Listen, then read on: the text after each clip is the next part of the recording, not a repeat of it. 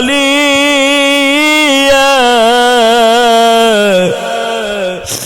আজরাইল আছে তোমার পিছে দাঁড়ায় আজরাইল আছে তোমার পিছে দাঁড়ায়। আপনারা সবাই আমার রক্তের সম্পর্ক, দুনিয়ায় আমার সবই আছে। আমার জনম দুঃখিনী মা 40 বছর আগে আমার রাইখা ওই কবরস্থানে শুয়ে আছে এই মসজিদের সামনে। আজকে আমার বাবাও শুয়ে আছে। আমার দুঃখ বোঝার মতো, আমার বোনের কথা বলার মতো এই দুনিয়ায় আর কেউ নাই।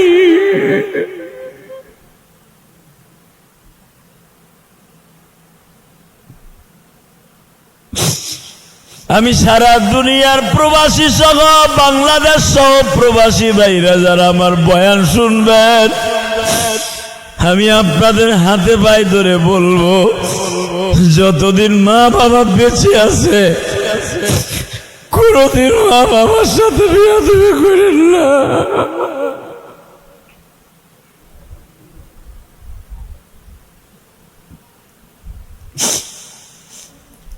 কোনদিন বাবার সাথে বেয়াদবি করেন না, কোনদিন বাবার অন্তরে কষ্ট দিয়েন না। আমি আমার প্রবাসী সহ আবার যারা ভক্ত আছে সারা বাংলাদেশের সবাইকে অনুরোধ করে বলবো, পৃথিবীতে টাকা দিয়ে সবকিছু কেনা যায়, স্বর্ণ বলো, গহেনা বলো, এমনকি বাঘের চোখও কেনা যায়, হরিণের চোখও কেনা যায়, কিন্তু দুইটা জিনিস কোনোদিন টাকা দিয়ে কেনা যায় না। একটা হলো মা আর একটা হলো বাবা। এই দুইজনের আদর একবার চলে গেলে আর কোনোদিন কেনা যায় না। এই যে আপনারা যারা আছেন আমার আব্বার বয়সী, একসাথে লেখাপড়া করছেন, আমার আব্বা যাই কিছু করুক আমার আব্বার দিলটা পরিষ্কার ছিল, এটার ভিতরে কোনো সন্দেহ নাই। আমার আব্বার দিলটা একবারে সাদা ছিল, আমি জানি। আমি আপনাদের অশ্রুসিক্ত নয়নে চোখের পানি দিয়ে আপনারা আমার চাচা, আমার ভাই, আপনাকে দুইটা পাও ধরে বলছি, আমার আব্বারে আপনারা মাফ করে দিয়েন। গত জুমায় এই মসজিদে আমার আব্বা এখানে বসে জুমার নামাজ পড়ছে গো।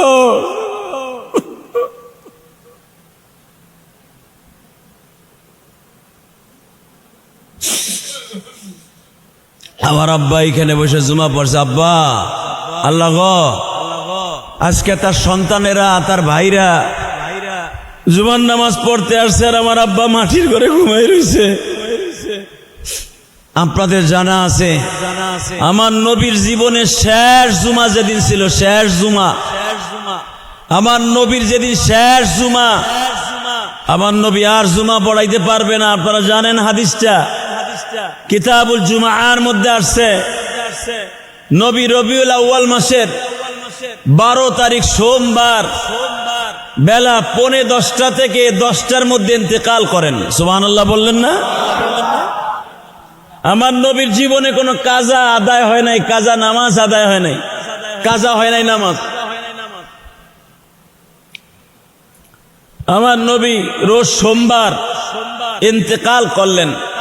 সোমবারের আগে শুক্রবার পর্যন্ত কয়দিন থাকে? 3 দিন। শুক্র, শনি, রবি, মাঝখানে কয়দিন থাকে? 3 দিন। আবার নবী সোমবার ইন্তেকাল করবে, 3 দিন আগে জুমার দিনে সাহাবীদের কাছ থেকে ঠিক এইভাবে বিদায় নেয়। কারণ 5 দিন আগে আমার নবী মা আয়েশার ঘরে ঢুকছে। আজরাইল নবীর সাথে দেখা করতেছে বারবার, জিবরাইল বারবার দেখা করতেছে। আমার নবীর জীবনের শেষ জুমা, মৃত্যুর 3 দিন আগের জুমাটা নবী পড়াইতে পারেন নাই। আল্লাহু আকবার বললেন না? 4 ঘন্টা পরে দেখি আবার আব্বা এইভাবে আবার ডাক্তার ইলিয়াস, এই যে আমি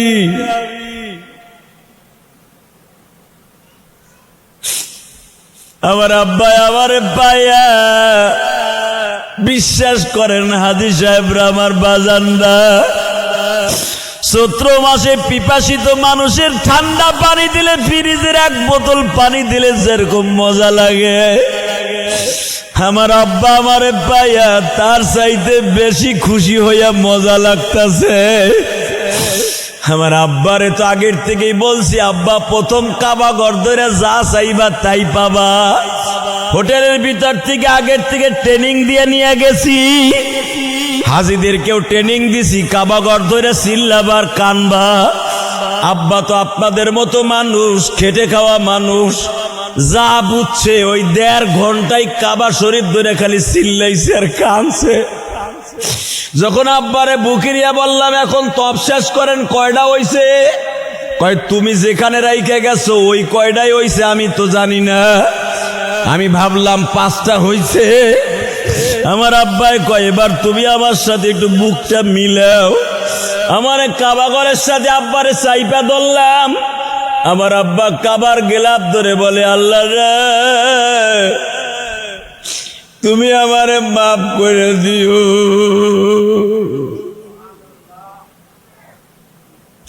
আমি গুনাহগার মানুষ, আমারে মাফ করে দিও।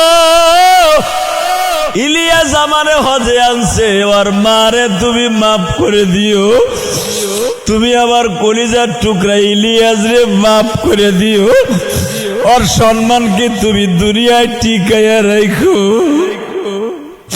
আব্বা আমারে কাবার ঘরের সাথে চাইপা ধরলাম। আব্বা এই কথাগুলা বলতাছে, বাকি তওয়াবগুলা শেষ করলাম, মুলতাজিম অর্থাৎ কাবা ঘরের দরজার সামনে দাঁড় করাইলাম আব্বারে। আব্বারে বুকে নিয়ে কইলাম, সুমা দিবেন হজরে আসওয়াতে? কয় না না না না, আমি এমনি চাপ খাইয়ে শেষ হয়ে গেছে, আমার সুমা দেওয়ার দরকার নাই, আমার খেসা মেসা ব্যথা হয়ে গেছে। আমি বললাম পরবর্তীতে দিয়েন, এখন না। বিশ্বাস করেন, এরপরে স্বর্ণের ওই 162 কেজি স্বর্ণের দরজাটা কাবা ঘরের ওই দরজায় আমি আবার আব্বারে ধরাইলাম। আব্বা তো অনেক লম্বা, এখন নাই বুঝা হয়ে গেছে। কাবার দরজাটা ধরা কিন্তু অনেক কষ্ট, আমার ওই চাচাই জানে, অনেক কষ্ট।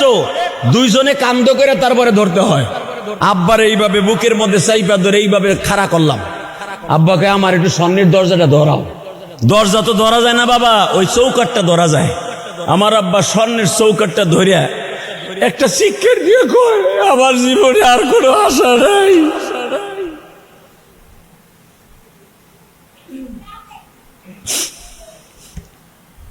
এতে বিশ্বাস করা যায় আমার আব্বা মাপ পেয়ে গেছে। আলহামদুলিল্লাহ বলেন, আলহামদুলিল্লাহ বলেন। আমার আব্বা মাপ পেয়ে গেছে। আমার আব্বা আরাফার মাঠে 1টা মিনিটের জন্য ঘুমায় না, 1টা মিনিটে। মিনা মুজদালিফায় 1 মিনিট ঘুমায় না, কারণ আমার সাথেই তো আমার আব্বা। আমারে বলছে কি জানেন, আর জীবনে আইতে পারি বা না পারি, বলে কুলাইতে পারে নাও পারে, এই সুযোগ আর হাতছাড়া করা যাবে না। আব্বা আমারে থুইয়া গোপনে গোপনে তাবুর পাশে যাইয়া, মিনার তাবুর পাশে যাইয়া এইভাবে হাত তুলে খালি কাঁদতেছে। আর আবার মাঠে আব্বারে পাইডা সেই সকালে হারায় গেছে, আর পাইছি আসরের আগ দিয়ে। আব্বা কই গেছিলেন? আরে গেছিলাম যেখানে আদম আর হাওয়া যেখানে মিলন হইছে, ওইখানে যাই আল্লাহর কাছে কাইন্দাইছি। আমি কইছি আব্বা কি কইলেন আল্লাহরে? আমার আব্বাই বলে কিছুই কই নাই, খালি কইছে আল্লাহ আমার ইলিয়াস রে তুমি ভালো রাখো, আল্লাহ আমার ইলিয়াস রে তুমি মাফ করে দিও। আমার আব্বা যদি আমার এইগুলো বলে যেয়ে থাকে, আমি আমার আব্বার জন্য কিছু করতে পারি নাই।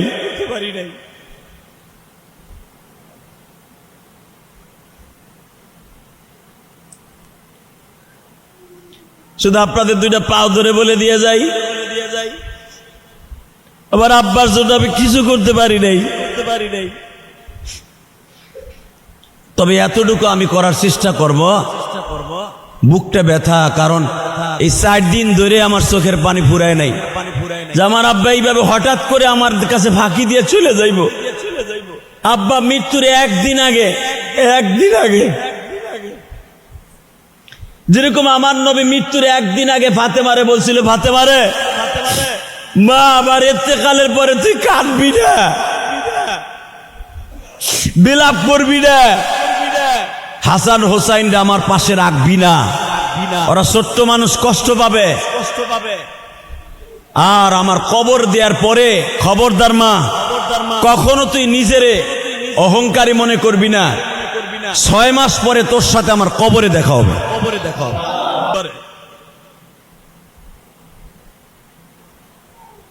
আবার নবী মারা গেছে সোমবার দিনে, আমার আব্বা মারা গেছে সোমবার সন্ধ্যায়। আমার আব্বা রবিবারে আমারে বলে, শনিবারে বলে অসুস্থ আর একদিন আগে, বাবা আমি জানি তুমি অনেক কষ্টে আছো, আমি দোয়া করি তোমার কষ্ট থাকবে না, পৃথিবীর কেউ তোমার সম্মান নষ্ট করতে পারবে না, তুমি অমক্র অমক্রে ক্ষমা করো না।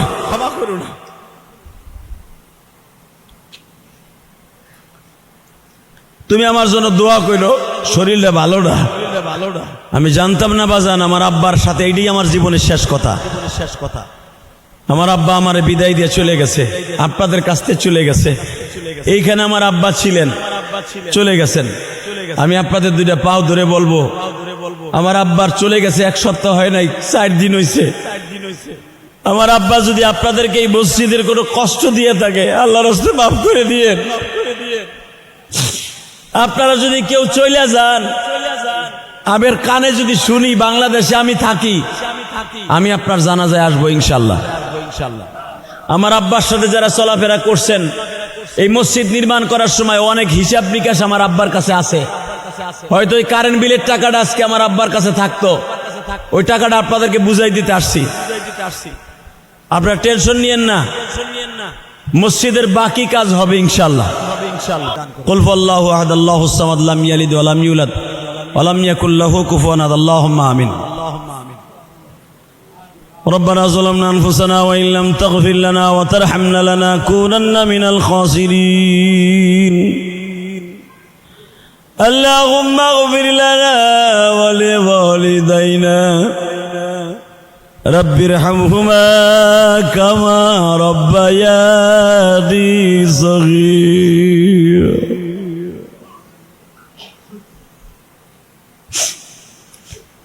আল্লাহ তুমি তাকায়া দেখো বলি,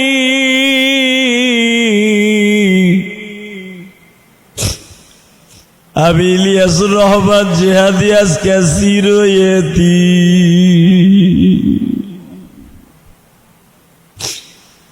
আজ থেকে 40 বছর আগে মা হারাইছি।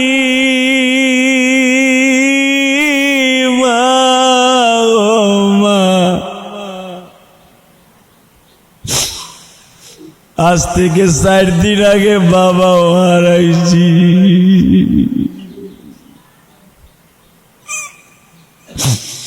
গত জুমায় আমার আব্বা আমার এই গ্রামের মসজিদে এই ডাইন পাশে বসে নামাজ পড়ছে। জীবনের শেষ জুমা ছিল আমার আব্বার জুমা। আল্লাহ জানি না আগামী জুমা আসার আগে আমার এই আত্মীয় স্বজন ভাই বেরাদারের মধ্যে থেকে কে জানো কবরে চলে যাবে। আমার আব্বা কোনোদিনও ভাবতেও পারে না এই জুমাটা পড়তে পারবে না। আল্লাহ আগামী জুমায় আমার কোন ভাই, কোন মামা, কোন চাচা কবরে চলে যাবে তাও জানি না। আল্লাহ যারা কবরে চলে যাবে ইমানের সাথে তৌফিক দিয়ে দিও, ইমানের সাথে কবুল করে নিও, ইমানের সাথে কবুল করে নিও। আল্লাহ আমার আব্বারে এত তাড়াতাড়ি লয়ে যাইবে আমি কল্পনাও করি নাই।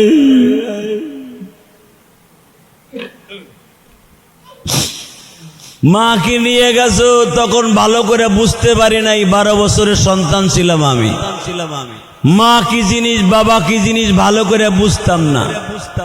আজকে বুঝ হইল, সব হইল। আব্বাকে নিয়ে গেলা, আব্বার খেদমত ঠিক মতো করতে পারলাম না।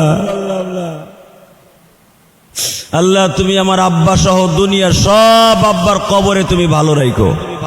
দুনিয়ার সব মৃত ব্যক্তির কবরটা জান্নাতের বাগান বানায়ো। আল্লাহ কবরস্থানে যারা শুয়ে আছে সবাইকে মাফ করে দাও। আল্লাহ আল্লাহ তাদের সবাইকে মাফ করে দাও।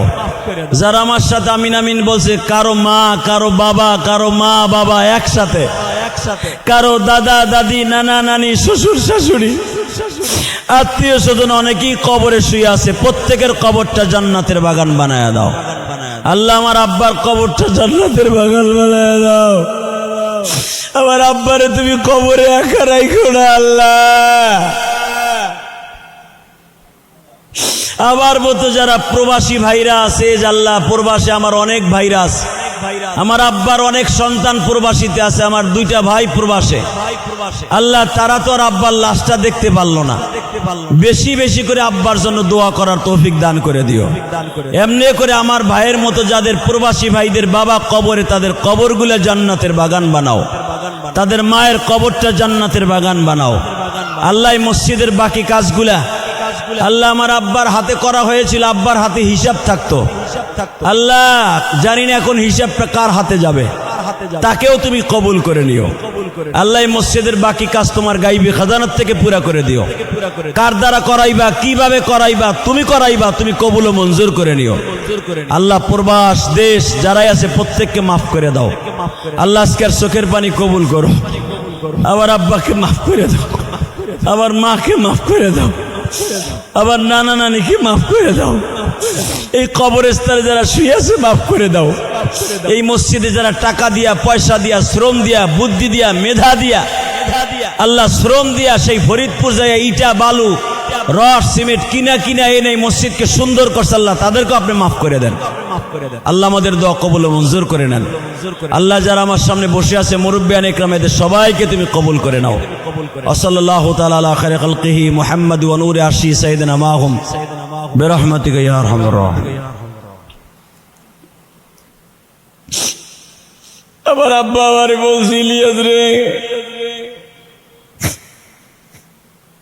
গোসকাদ্দির মানুষ, গজদার মানুষ, রাগদিন ইউনিয়নের মানুষ পারবে না বাবা, পারলে এতদিন পারতো। আমি তোমারে বলছি তুমি মসজিদটারে কমপ্লিট করো, মসজিদের কাজটা ধরো। আমি আপনাদেরকে সাথে নিয়ে কাজ ধরছি। মসজিদ সুন্দর হইছে, কিন্তু বাকি যে কাজগুলো আছে আমার আব্বা দেখে যাইতে পারে নাই। এই কষ্ট আমি আপনাদেরকে বুঝাইতে পারবো না। কালকে আব্বা মৃত্যুর পর থেকে নিয়ে এই পর্যন্ত আমি বোর্ডকে বুঝাইতে পারলাম না, ইলিয়াস রে, তুই তো কোটি টাকার উপরে বাড়িতে খরচ করলি, বাকি যে মসজিদের কাজটুক আছে, থাইর কাজ, এই কাজটা করলি না কে? তোর আব্বা অন্তত দেখে যাইতো যে থাইটা বন্ধ কমপ্লিট।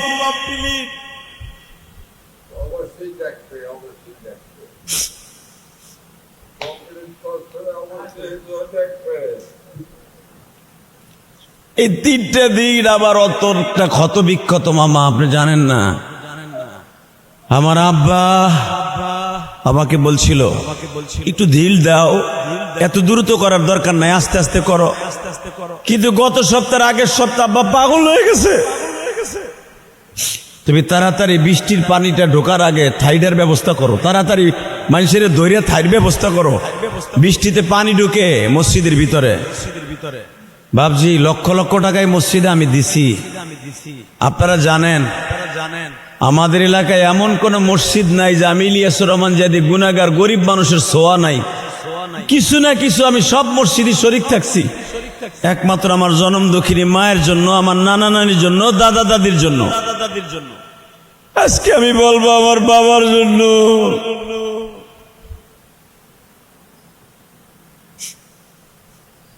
এই মাসের শুরুতে অর্থাৎ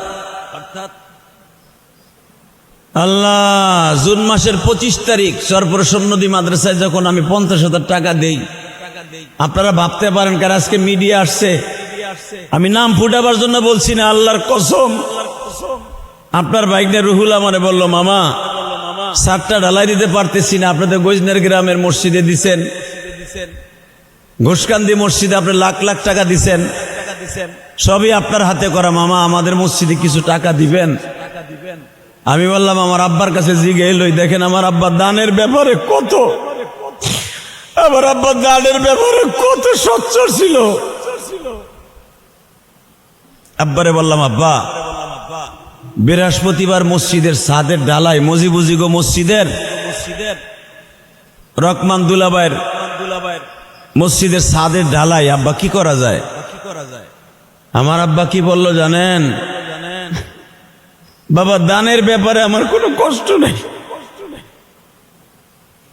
আমারে তোমার টাকা দিতে হবে না, তুমি দাও 50,000 নিয়ত করছো, 50,000 দাও। হয়তো ভাই আমার আব্বা চলে যাবে, এই জন্য মনে হয় আমার আব্বা এরকম ভাবে আগায় আসছে।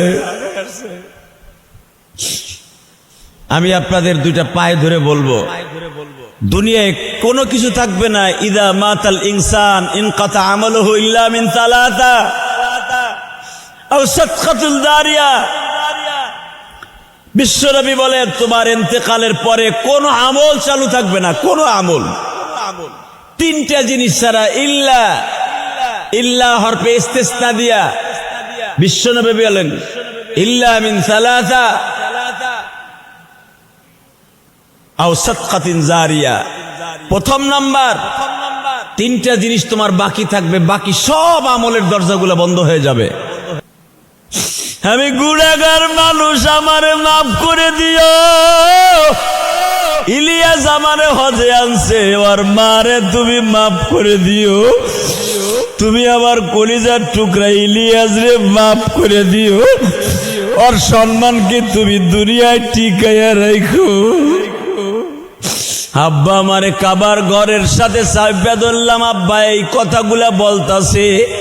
বাকি তওয়াব গুলা শেষ করলাম, মুলতাজিম অর্থাৎ কাবা ঘরের দরজার সামনে দাঁড় করাইলাম আব্বারে বুকে নিয়ে কইলাম সুমা দিবেন হজরে আসওয়াতে? কয় না না না না, আমি এমনি চাপ খাইয়ে শেষ হয়ে গেছে, আমার সুমা দেওয়ার দরকার নাই, আমার খেসা মেসা ব্যথা হয়ে গেছে।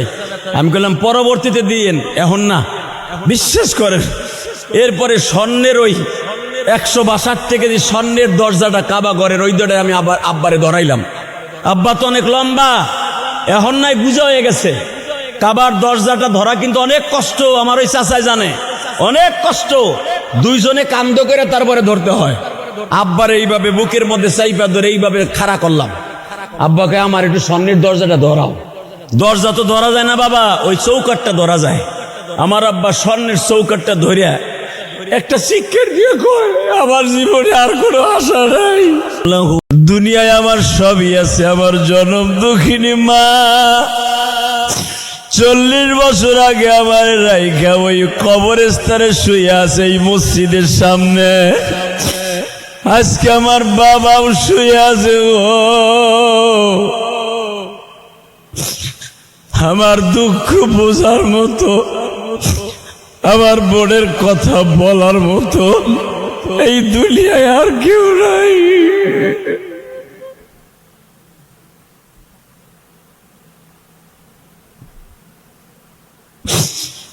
আমি সারা দুনিয়ার প্রবাসী সহ বাংলাদেশ সহ প্রবাসী ভাইরা যারা আমার বয়ান শুনবেন, আমি আপনাদের হাতে পায়ে ধরে বলবো, যতদিন মা বাবা বেঁচে আছে কোনদিন মা বাবার সাথে বিয়ে করেন না। চৈত্র মাসে পিপাসিত মানুষের ঠান্ডা পানি দিলে, ফ্রিজের 1 বোতল পানি দিলে যেরকম মজা লাগে, আমার আব্বা আমারে পাইয়া তার চাইতে বেশি খুশি হইয়া মজা লাগতাছে। আমার আব্বারে তো আগের থেকেই বলছি, আব্বা প্রথম কাবা ঘর ধরে যা চাইবা তাই পাবা। হোটেলের ভিতর থেকে আগের থেকে ট্রেনিং দিয়ে নিয়ে গেছি, হাজিদেরকেও ট্রেনিং দিছি, কাবা ঘর ধরে চিল্লাবার কানবা। আব্বা তো আপনাদের মতো মানুষ, খেটে খাওয়া মানুষ, যা বুঝছে ওই 1.5 ঘন্টায় কাবা শরীফ ধরে খালি চিল্লাইছে আর কানছে। যখন আব্বারে বুকিরিয়া বললাম এখন তপ শেষ করেন, কয়টা হইছে? কয় তুমি যেখানে রাইখে গেছো ওই কয়টাই হইছে, আমি তো জানি না, আমি ভাবলাম 5টা হইছে। আমার আব্বাই কয় এবার তুমি আমার সাথে একটু বুকটা মিলাও। আমার কাবা ঘরের সাথে আব্বারে চাইপা ধরলাম। আমার আব্বা কাবার গেলাপ ধরে বলে, আল্লাহ রে তুমি আমারে মাফ করে দিও।